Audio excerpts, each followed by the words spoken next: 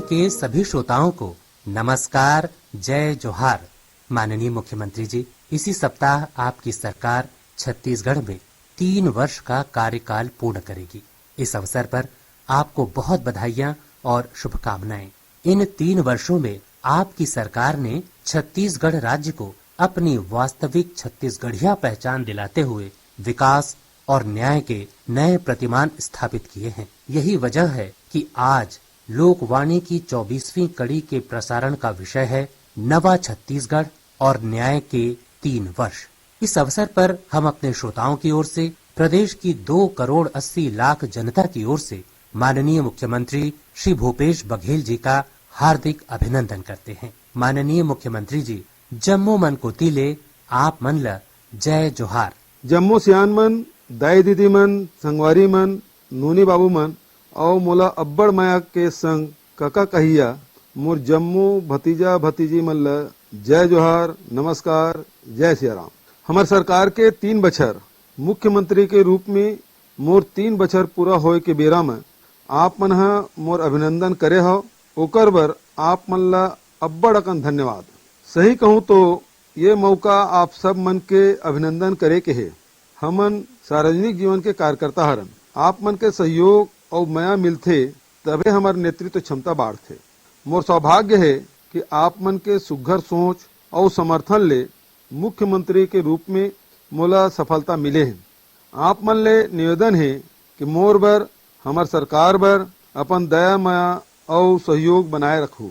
माननीय मुख्यमंत्री जी, आपकी सरकार के 3 वर्ष पूर्ण होने के अवसर पर हमारे बहुत से श्रोताओं ने आपको बधाई दी है। आइए सुनते हैं उनमें से कुछ की आवाजें। माननीय मुख्यमंत्री जी, जय जोहार। मेरा नाम आरती साहू है, धमतरी से बोल रही हूँ। छत्तीसगढ़िया सरकार के 3 वर्ष अपार सफलता के रहे हैं। खुशी की बात है कि आज हमें लगता है कि हमारे पुरखों ने छत्तीसगढ़ राज्य के लिए जो सपने देखे थे वो आपने पूरे किए हैं। काका, आपको बहुत बहुत बधाई और शुभकामनाएं। माननीय भूपेश बघेल जी, 3 साल का कार्यकाल पूरा करने के लिए आपका स्वागत, वंदन और अभिनंदन है। मैं बंसी कन्नौजे रायपुर से बोल रहा हूँ। आप ऐसे पहले मुख्यमंत्री हैं जिन्होंने छत्तीसगढ़ और छत्तीसगढ़िया भावना को समझा है। आपके हर काम में ठेठ छत्तीसगढ़िया सोच दिखाई पड़ती है, छत्तीसगढ़िया अंदाज दिखाई पड़ता है जो जनता को सीधे आपसे जोड़ता है। मेरी कामना है कि आप ऐसे ही छत्तीसगढ़ को आगे बढ़ाते रहें। जय सिया राम। मुख्यमंत्री जी, मैं कमल अंधारे मानपुर राजनांदगांव से बोल रहा हूँ। हमने कभी कल्पना भी नहीं की थी कि छत्तीसगढ़ मॉडल देश और दुनिया में इस तरह से धूम मचाएगा। 3 वर्षों में आपने यह साबित कर दिया है कि छत्तीसगढ़ के लोगों को सिर्फ अपने राज्य में ही नहीं बल्कि पूरे देश में नई और सही सोच के साथ काम करने वाले लोगों के रूप में पहचाना जाएगा। आपने हमें जो गौरव दिलाया उसके लिए आभार। जय जोहार। हमार मुखिया भूपेश बघेल भैया ला जय जोहार। मैं अंजलि चौहान खरसिया रायगढ़ से बोल रही हूँ। आपकी सरकार की 3री सालगिरह के अवसर पर बहुत बधाई। आपने हम महिलाओं के लिए जिस तरह रोजगार के अवसर जुटाए हैं, मान सम्मान दिलाया है, उससे परिवार और समाज में हमारी स्थिति मजबूत हुई है। आपकी सरकार के 3 साल पूरे होने का मतलब हमारी सफलता के 3 साल पूरे होने जैसा है। प्रिय आरती, बंसी, कमल और अंजलि को बहुत धन्यवाद। मेरे 3 साल की सबसे बड़ी सफलता तो यही है कि आप लोग अपने अधिकारों, अवसरों और वास्तविक तरक्की को स्वयं महसूस कर रहे हैं, सच होते देख रहे हैं। आजादी के बाद आपने कई सरकारें देखी है, राज्य गठन के बाद भी सरकारों के काम काज को परखा है, लेकिन आज आपके दिल से जो दुआएं निकल रही है उससे मुझे बहुत संतोष मिल रहा है। खुशी है कि मैं कुछ सार्थक बदलाव करने में सफल हुआ हूँ। हमारी सरकार की छवि जनता के मन की बात को समझने और उनकी बेहतरी के लिए काम करने वाली सरकार के रूप में बनी है। माननीय मुख्यमंत्री जी, आपने मुखिया की जिम्मेदारी संभालने के तुरंत बाद कहा था कि आदिवासी अंचलों में विश्वास जीतने, वहां के लोगों का मन जानने के बाद ही उनकी इच्छा और जरूरतों के मुताबिक विकास के काम करेंगे। आइए सुनते हैं कि 3 साल बाद आदिवासी अंचल के लोग क्या कहते हैं। माननीय मुख्यमंत्री जी, जय जोहार। मैं संपत बस्तर जिला ले बलबियाची आगे आम के विकास और नाम आए बल्ले डर लागते रहे। कसन की विकास और नाम ले अमर संगे जाय होइला है खूब डरबा बीती रहे। आमके आमर जंगल जल जमीन ले उखाड़ते रहे। आमर गांव ने रोजगार कई बले साधन न रहे। मांतर तू विश्वास दिलाइलिस कि देवगुड़ी बची रहीसी। आमर नदी तरई जंगल खेती बाड़ी ने आमर हक रहीसी। आमर तियार बाहर बले बची रहीसी औरी आमे आमर जिंदगी ने खुशी और संतोष ले विकास करी सकबू। माननीय मुख्यमंत्री के जोहार। मैं गुंजू जिला बस्तर ले बन से आदिवासी अंचल ने हमके समझने नहीं येत रहे कि सरकार चो काय काम है और एचोले आमके काय फायदा है। यदा 3 बरक भीतरे आमके समझने इली की सरकार आमचो जीवनाने कितरो बड़ी भूमिका निभाव सके। तुमन मन आमचो कितरो बरक चो चिंता के सारलास और हंसी खुशी आमचो और आमचो पीला पिचकाचो जीवना के बनातो काजे योजना मन बना सास एचो काजे तुमके कोटि कोटि जोहार। माननीय मुख्यमंत्री जी जय जोहार। मैं दीपक लकड़ा ग्राम पंचायत डूमर बहार से बोल रहा हूँ। आपको मुख्यमंत्री के रूप में 3 साल पूरा करने पर दिल से बधाई। वैसे तो हमें आपकी योजनाओं का लाभ मिल रहा है, लेकिन एक बार फिर आपसे जानना चाहेंगे कि पूरे प्रदेश में आदिवासियों के लिए 3 साल में कौन कौन से महत्वपूर्ण काम किए हैं और ऐसे कौन से काम हैं जो अन्य स्थानों पर किए गए लेकिन हमारे जिले में नहीं किए गए। प्रिय संपत, गुंजू और दीपक धन्यवाद। मुझे यह सुनकर बहुत अच्छा लगा कि आप लोगों ने 3 साल में हुए बदलावों को न सिर्फ करीब से देखा है बल्कि उनसे अपने जीवन में बेहतरी को महसूस भी कर रहे हैं। निश्चित तौर पर 3 साल पहले छत्तीसगढ़ में गांवों और आदिवासी अंचलों की हालत बहुत खराब थी। ये एक बड़ी अजीब प्रथा बन गई थी कि जो पैसा आपके पसंद के कामों पर खर्च करना चाहिए था, वह पैसा कुछ ऐसे लोगों की सोच के हिसाब से खर्च हो रहा था जिनका छत्तीसगढ़ और छत्तीसगढ़ियों के हित से कोई लेना देना नहीं था। ऐसे लोग मुखिया बन बैठे थे जिन्हें किसान, अनुसूचित जनजाति, अनुसूचित जाति, अन्य पिछड़े वर्ग, अल्पसंख्यक वर्ग, माताओं, बहनों, युवा साथियों और बच्चों की जरूरतों की कोई समझ ही नहीं थी। उदाहरण के लिए, अगर देवगुड़ी बस्तर संभाग के अंदरूनी क्षेत्रों में है तो इसके विकास की योजना बस्तर के लिए ही काम आएगी। दुर्गम क्षेत्रों में यदि लोग अस्पताल नहीं पहुंच पाते पर हाट बाजार जाते हैं तो उनके हाट बाजार क्लिनिक योजना वहीं चलेगी। इस तरह हमने नाम और आंकड़े गिनाने वाली योजनाएं बनाने के स्थान पर ऐसी योजनाएं बनाएं जो वास्तव में आदिवासी अंचल और वहां के लोगों का भला कर सके। लोहांडीगुड़ा में जमीन वापसी के साथ आदिवासियों और किसानों के लिए न्याय का आगाज हुआ। निरस्त वन अधिकार दावों की समीक्षा से हजारों निरस्त व्यक्तिगत दावों को वापस प्रक्रिया में लाया गया। ऐसे नए उपायों को भी बल दिया गया जिससे आदिवासी समाज तथा अन्य पात्र लोगों को अपनी जमीन का हक मिले। इसी तरह सामुदायिक तथा वन संसाधन अधिमान्यता पत्र देने की शुरुआत हुई। मुझे यह कहते हुए खुशी है कि अब तक 22 लाख हेक्टेयर से अधिक भूमि आदिवासी तथा परंपरागत निवासियों को दी जा चुकी है, जो 5 लाख से अधिक परिवार के लिए आजीविका का जरिया बन गई है। इस भूमि पर उपजाया धान भी हम समर्थन मूल्य पर खरीद रहे हैं। राजीव गांधी किसान न्याय योजना का लाभ भी इन परिवारों को पात्रता के अनुसार मिल रहा है। मासूम आदिवासियों पर जबरिया थोपे गए आपराधिक प्रकरणों को समाप्त करने के लिए हमने उच्चतम न्यायालय के सेवानिवृत्त न्यायाधीश की अध्यक्षता में कमेटी गठित की, जिसका लाभ सैकड़ों परिवारों को दोष मुक्ति के रूप में मिल रहा है। इससे उसके जीवन में नई उम्मीद जागी है। तेंदुपत्ता संग्रहण पारिश्रमिक 2500 से बढ़ाकर 4000 रुपया प्रति मानक बोरा करना और शहीद महेंद्र कर्मा तेंदुपत्ता संग्राहक सामाजिक सुरक्षा योजना लागू करने से वन आश्रित परिवारों की जिंदगी में नई रोशनी आ गई है। मुझे कहते हुए बहुत खुशी है कि हमने वन उपजों को सीधे आदिवासी समाज की जिंदगी से जोड़ दिया है।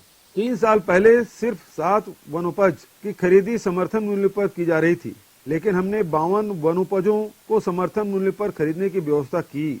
इतना ही नहीं, 17 लघु वनोपजों के लिए संग्रहण पारिश्रमिक दर अथवा समर्थन मूल्य में अच्छी बढ़ोतरी भी की गई। इस तरह वन उपजों के समर्थन मूल्य पर खरीदी करने, प्रसंस्करण करने, इसमें महिला स्व सहायता समूह को जोड़ने और आदिवासी समाज के सशक्तिकरण में बड़ी भूमिका निभाने के लिए छत्तीसगढ़ को भारत सरकार ने 25 पुरस्कार प्रदान किए हैं। नक्सल हिंसा से उजड़े शाला भवनों का निर्माण कराया गया और वहां फिर से पढ़ाई शुरू कराई गई। नारायणपुर, जगदलपुर, बीजापुर में उच्च क्षमता के बिजली उपकेंद्रों की स्थापना की गई। इसके साथ ही बड़े पैमाने पर बिजली लाने और उसे उपभोक्ताओं तक पहुंचाने के लिए ट्रांसमिशन डिस्ट्रीब्यूशन तंत्र की स्थापना की गई, जिससे संपूर्ण बस्तर संभाग में बिजली आपूर्ति में बाधा न आए। सरगुजा संभाग तक प्रदेश के सभी आदिवासी अंचलों में बिजली, सड़क, शिक्षा, पानी, स्वास्थ्य सुविधाएं पहुंचाने जैसे काम प्राथमिकता से किए ताकि लोगों का जीवन आसान हो। मुख्यमंत्री सुपोषण अभियान, मलेरिया मुक्त छत्तीसगढ़ अभियान, मुख्यमंत्री हाट बाजार क्लिनिक योजना की वास्तविक जन्मभूमि आदिवासी अंचल ही है और आज ये योजनाएं स्वस्थ छत्तीसगढ़ बनने की दिशा में मील का पत्थर साबित हो रही है। इन योजनाओं का बहुत लाभ कोरोना काल में भी मिला। वास्तव में कोरोना के दौर में शिक्षा, स्वास्थ्य और रोजगार को लेकर हमारे नवाचार की सराहना राष्ट्रीय स्तर पर हुई। बस्तर संभाग में मेरार चौमान, आमचो बस्तर, मधुर गुड़ योजना, डेनेक्स जैसे पहल ने स्थानीय लोगों में स्वाभिमान और स्वावलंबन की मजबूत इच्छा शक्ति पैदा की है।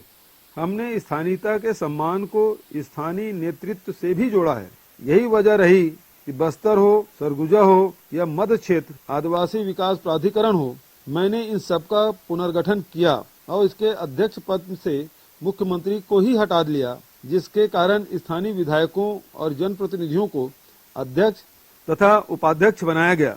इससे संबंधित क्षेत्रों में स्थानीय स्तर पर मांगों और आवश्यकताओं का परीक्षण होने लगा तथा वहीं के लोगों को अपने हितों के फैसले लेने का अधिकार मिला। हमने बहुत सी ऐसी योजनाएं बनाई हैं जो प्रदेश के सभी 85 आदिवासी विकास खंडों में काम करेगी, जैसे इंदिरा वन मितान योजना, चिराग परियोजना आदि। मैं बताना चाहता हूं कि प्रदेश के अन्य हिस्सों में किसानों, मजदूरों, महिलाओं, युवाओं आदि को जिन योजनाओं का लाभ मिल रहा है वे सभी सुविधाएं आदिवासी अंचलों में भी मिल रही है।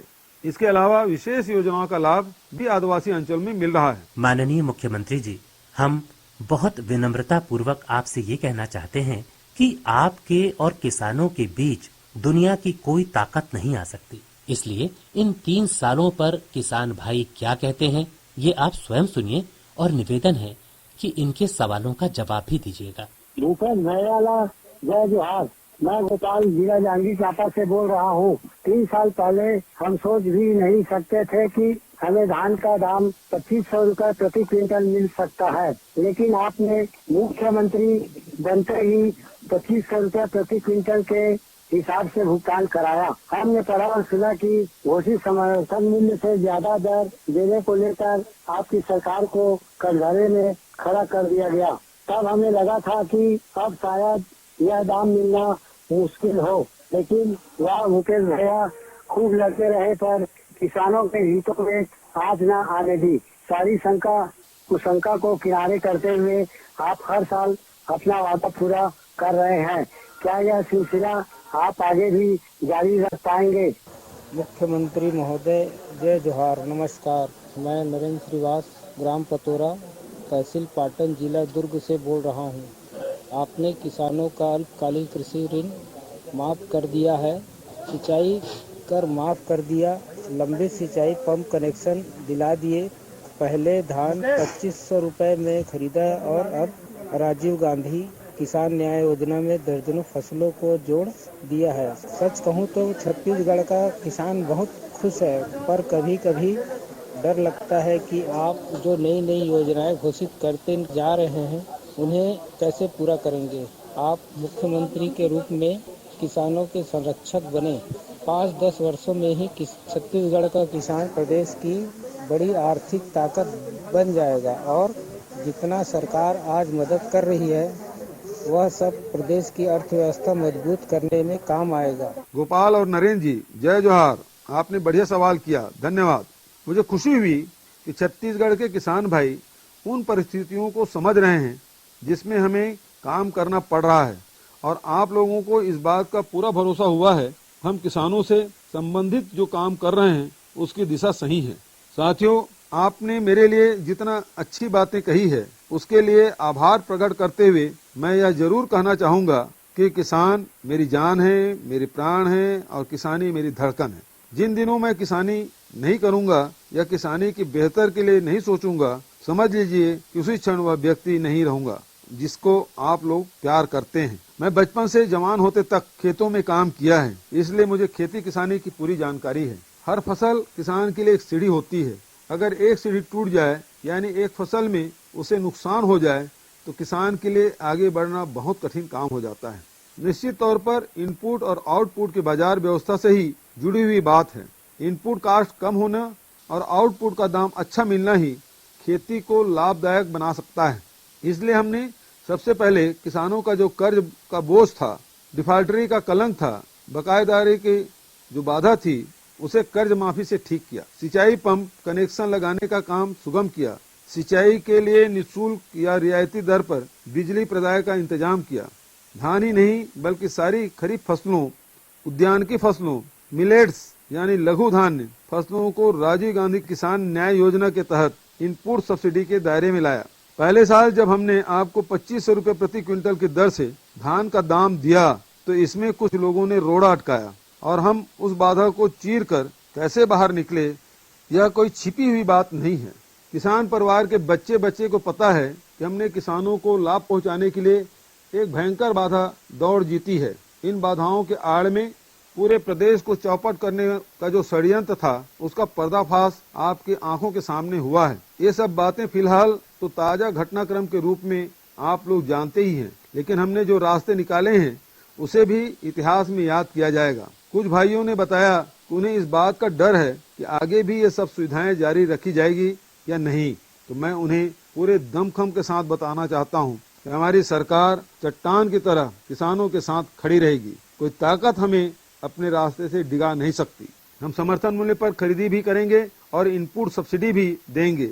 आपको जानकर खुशी होगी कि हम कोई नया निर्णय नहीं लें और वर्तमान फैसलों पर चलते रहें तो भी 2 साल बाद किसानों को धान का दाम और अधिक मिलेगा। हमने तो धान के बम्पर फसल का भी स्वागत किया है। इस साल 105 लाख मीट्रिक टन से अधिक धान खरीदी का लक्ष्य रखा है। हम केंद्र सरकार से लगातार यह मांग कर रहे हैं, धान से इथेनॉल बनाने की अनुमति हो। यदि यह मिल गई तो समझिए कि फिर हमें किसी के सामने हाथ भी नहीं फैलाना पड़ेगा। हम ऐसी अर्थव्यवस्था बना देंगे कि किसानों को अपनी उपज का मनचाहा दाम मिलेगा। इसलिए हाथ जोड़कर आप लोगों से यह अपील करता हूं कि अफवाहों पर ध्यान बिल्कुल न दीजिए। मैं हर परिस्थिति में किसान भाइयों के साथ खड़ा मिलूंगा। माननीय मुख्यमंत्री जी, आजकल छत्तीसगढ़ मॉडल की चर्चा सब जगह हो रही है। 3 साल के दौरान ऐसा क्या हुआ कि छत्तीसगढ़ मॉडल सफल हो गया? इसके बारे में हमारे श्रोता जानना चाहते हैं। माननीय मुख्यमंत्री जी, जय जोहार। मैं ध्रुव कुमार महंत, ग्राम देवगांव, विकास खंड बरमकेला, जिला रायगढ़ से बोल रहा हूँ। आजकल अखबारों और टीवी चैनलों में छत्तीसगढ़ मॉडल की खूब चर्चा हो रही है। देश में छत्तीसगढ़ राज्य का नाम अच्छे कार्यों से दिखाई पड़ता है, तो दूसरे राज्यों में रहने वाले हमारे जान पहचान के लोग भी हमसे इस बारे में चर्चा करते हैं और खुश होते हैं। इस तरह हमें आपके छत्तीसगढ़ मॉडल की चर्चा से गौरव की अनुभूति होती है। कृपया हमें विस्तार से समझाने का कष्ट करें कि इस छत्तीसगढ़ मॉडल में कौन कौन से ऐसे क्षेत्र शामिल होते हैं। मान जी, धन्यवाद। आपका सवाल बहुत अच्छा है। छत्तीसगढ़ मॉडल वास्तव में सहभागिता, समन्वय, सर्वहित, अपनी विरासत का सम्मान करते हुए सद्भाव के साथ मिलजुल कर आगे बढ़ने के विचार से प्रेरित है। इसकी सबसे बड़ी बात है एक दूसरे का साथ, चाहे वह योजनाओं के रूप में हो या परस्पर सहयोग के रूप में। उदाहरण के लिए जब हम गांव की बात करते हैं तो किसी एक विभाग या एक योजना की बात नहीं करते। नरवा, गरवा, घुरवा बाड़ी, गोधन न्याय योजना से शुरुआत करते हुए multi utility centre, rural industrial park और फूड पार्क तक पहुंच जाते हैं। इन सबका संबंध गांव और जंगलों के संसाधनों से है। इनका संबंध खेती से भी है, वनोपज से भी है, परंपरागत कौशल और प्रसंस्करण की नई विधाओं से भी है। वरिष्ठ सांसद राहुल गांधी जी ने कहा था कि हमें ऐसे तरीके इजाद करने चाहिए जिससे कमजोर तबकों पर कर्ज का बोझ न पड़े, बल्कि उनकी जेब में पैसा जाए। कमजोर तबकों को सशक्त करने की बात महात्मा गांधी, नेहरू जी, शास्त्री जी, डॉक्टर बाबा साहब अम्बेडकर, सरदार वल्लभ भाई पटेल, इंदिरा जी, राजीव जी जैसे हमारे सभी महान नेता कहते थे। हमने इसका मर्म पकड़ा और 3 सालों में 80,000 करोड़ रुपए से अधिक की राशि इन कमजोर तबकों की जेब में डाली। यह राशि क्रय शक्ति बनी और लौटकर ऐसे बाजारों में आई जहां से लोगों ने जीवन स्तर उन्नयन के लिए खरीदी की। उन्होंने अपने काम धंधे और जीवन यापन की जरूरतों की चीजें खरीदी। यह राशि शिक्षा, स्वास्थ्य, रोजगार की तैयारी और नए रोजगार के लिए पूंजी के रूप में भी फैली। हमने छत्तीसगढ़ के परंपराओं और त्योहारों का गौरव लौटाया, जिससे यह राशि पौनी पसारी बाजारों से लेकर लोक कलाकारों, बुनकरों, शिल्पकारों की जेब में भी पहुंची। एक तो शासन की ओर से अनुदान और रियायतें दी गई, दूसरी ओर लोगों ने अपना कारोबार किया। इस तरह स्वावलंबन के भाव से छत्तीसगढ़ के जनजीवन में एक नई ताजगी और ऊर्जा का संचार हुआ। हमने अपने राज्य के संसाधनों के राज्य में ही वैल्यू एडिशन को लेकर जब ठोस ढंग से काम शुरू किया तो औद्योगिक विकास ने भी रफ्तार पकड़ी। पिछले 3 साल में 1751 उद्योग लगे और 32,192 लोगों को प्रत्यक्ष रोजगार मिला। सरकार ने अपना खजाना बहुत बड़ी पूंजी वाले अधोसंरचना निर्माण के बदले ऐसे कार्यों में सहयोग देने के लिए खोला जिसमें बड़े पैमाने पर रोजगार का सृजन हो। सरकारी तथा अर्ध सरकारी कार्यालयों में बहुत से पदों पर तो 20 साल बाद स्थायी भर्ती की गई। जहां स्थायी भर्ती का प्रावधान नहीं था वहां भी किसी न किसी तरह नौकरी दी गई, जिसे मिलाकर 4,67,000 से अधिक नौकरियां दी गई। मनरेगा, स्व सहायता समूहों, वन प्रबंधन जैसे अनेक क्षेत्रों को कन्वर्जेंस के माध्यम से रोजगार के अवसरों से जोड़ा गया, जिसके कारण 50 लाख से अधिक लोगों की रोजी रोटी का इंतजाम हुआ। इस तरह हमने अपने महान संविधान द्वारा निरूपित लोकतांत्रिक मूल्यों और कल्याणकारी राज्य की अवधारणा को साकार किया। शिक्षा के क्षेत्र में स्वामी आत्मानंद शासकीय अंग्रेजी माध्यम स्कूल योजना हो या प्रशासन के क्षेत्र में 72 तहसीलों, 7 अनुभागों तथा 5 जिलों के गठन की पहल, इन सब का उद्देश्य समाज के कमजोर तबकों को न्याय दिलाना ही है। खूबचंद बघेल स्वास्थ्य सहायता योजना हो, मुख्यमंत्री विशेष स्वास्थ्य सहायता योजना हो या श्रमिकों तथा दिव्यांगजनों की आर्थिक मदद की योजनाएं, इन सब का उद्देश्य पीड़ित मानवता को खर्च और कर्ज के कुचक्र से बाहर रखना है। इन सभी योजनाओं के हितग्राहियों की संख्या लाखों में और इन्हें मिली आर्थिक मदद की संख्या करोड़ों में है। इस तरह हमारा छत्तीसगढ़ मॉडल समावेशी विकास का ऐसा मॉडल है जिसके मूल में सद्भाव, करुणा तथा सबकी भागीदारी है। माननीय मुख्यमंत्री जी, आपके 3 साल के कार्यकाल में छत्तीसगढ़ को लगातार 3 बार स्वच्छता के लिए राष्ट्रीय पुरस्कार मिला है। आखिर ये कैसे संभव हुआ? साहेब बंदगी माननीय मुख्यमंत्री महोदय, मेरा नाम कमलेश पानीपुरी है, बिलासपुर से बोल रहा हूँ। 2018 के बाद अपने प्रदेश की नीतियों में ऐसा क्या बदलाव किया है जिसके कारण इस बार छत्तीसगढ़ के सर्वाधिक 67 नगरीय निकायों राष्ट्रीय स्तर पर पुरस्कार मिला है और एक बार फिर छत्तीसगढ़ के देश के सबसे स्वच्छ राज्य के रूप में मान्यता मिली है। बधाई स्वीकार करने के साथ हमारी जिज्ञासा का जवाब देंगे तो हमें अच्छा लगेगा। साहेब बंदगी कमलेश जी, सबसे पहले तो मैं कहना चाहूंगा कि स्वच्छता का राष्ट्रीय पुरस्कार वास्तव में सिर्फ मेरे और मेरी सरकार के लिए नहीं बल्कि पूरे प्रदेश के हर नागरिक के लिए है। इसके लिए आप सबको बधाई। जहाँ तक आपकी जिज्ञासा का सवाल है तो वास्तव में आपने बहुत अच्छा सवाल किया है। मेरा मानना है कि स्वच्छता हमारी संस्कृति और अस्मिता का अटूट अंग है। हमारी योजनाओं और कार्यक्रमों में स्वच्छता को इस तरह शामिल किया गया कि व्यवहारिक तरीके से सफाई का काम आगे बढ़े।